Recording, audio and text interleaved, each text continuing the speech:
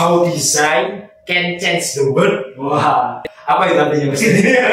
Saya agak sedikit melenceng dari buku ini. Kayak mana? Ya, arah-arah. Ya.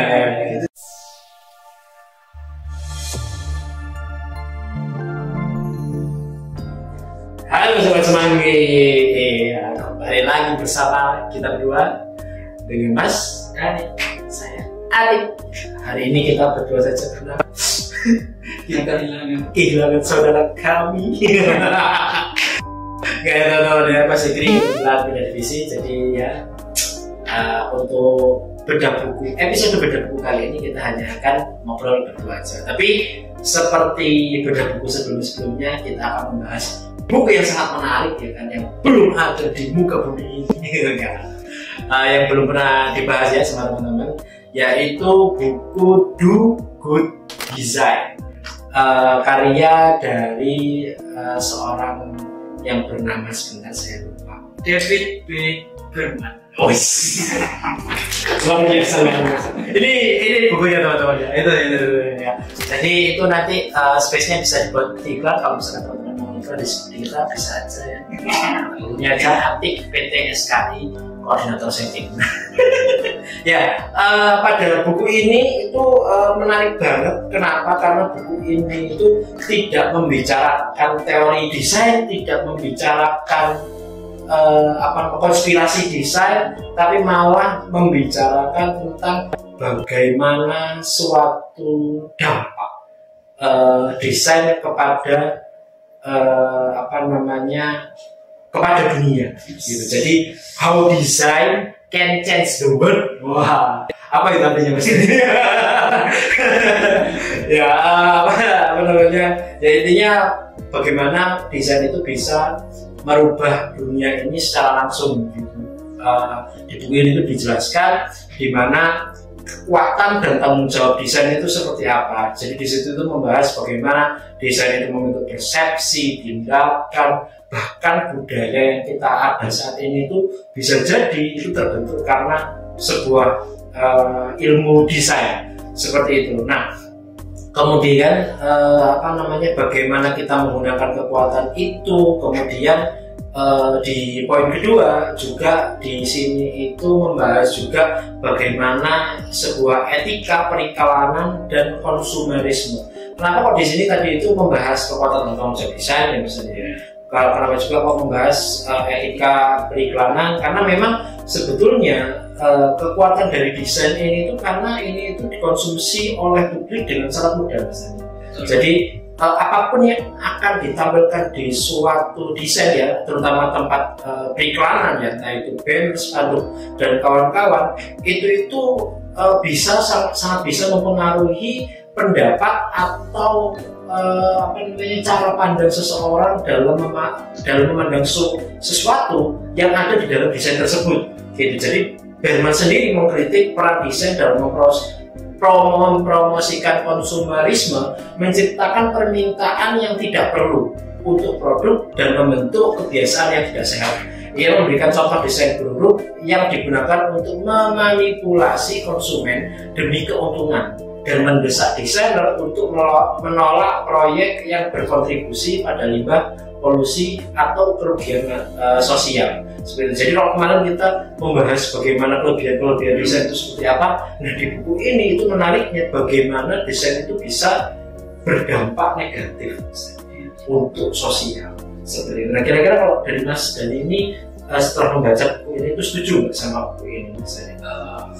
Yang pasti sih setuju sih, karena kan memang periklanan itu kan juga bisa dibilang ada etikanya. Betul.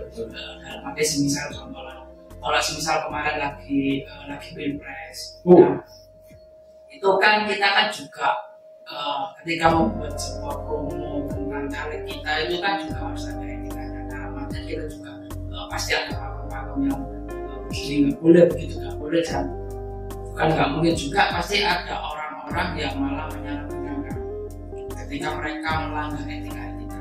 Semisal contoh mereka yang seharusnya mengunggulkan caleg pilihannya, tapi mereka malah menjelekkan caleg pesaingnya. Jadi etika-etika itu juga menurut saya juga supaya jangan sampai kita itu bermusuhan atau bentrok dengan publik lah, dalam arti bisa mungkin kita menunjukkan aja kalau misalkan caleg tadi menunjukkan kualitasnya, terus mungkin dia pernah menggunakan dan lain sebagainya, itu kan bisa dijadikan keunggulan buat calegnya sendiri, jangan sampai malah memberikan yang baik. Lalu juga untuk tanggung jawab juga itu perlu, karena setiap apa yang kita berikan, apalagi kalau sampai ke publik yang gede banget, itu kan juga pasti ada tanggung jawab. Nggak bisa kita asal bikin atau yang ngawur lah, dalam artian kita kan juga punya dasar atau punya etika dalam berdesain sebagai bentuk tanggung jawab kita sebagai desain. Baik. Berarti kalau dari sisi Mas Dhani sendiri, Mas Dhani setuju ya, sesuai dengan bukunya Do Good Design, berarti berkelakuan baiklah pada desainmu, misalnya berikanlah dampak yang positif pada desainmu, seperti itu ya. Nah ini kalau versi saya, Mas Dhani, kadang saya agak sedikit melenceng dari buku ini, karena memang tidak bisa kita pungkiri bahwa ada idiom atau suatu kata-kata yang menarik buat saya adalah bad marketing is good marketing. Ya, jadi memang terkadang ya dalam ini kita melihatnya dari pemasaran, maksudnya dari ilmu marketing, ilmu pemasaran, ilmu menyebarluaskan informasi dengan mudah. Memang tidak bisa dipungkiri bahwa terutama di negara kita ya, di Indonesia, bahwa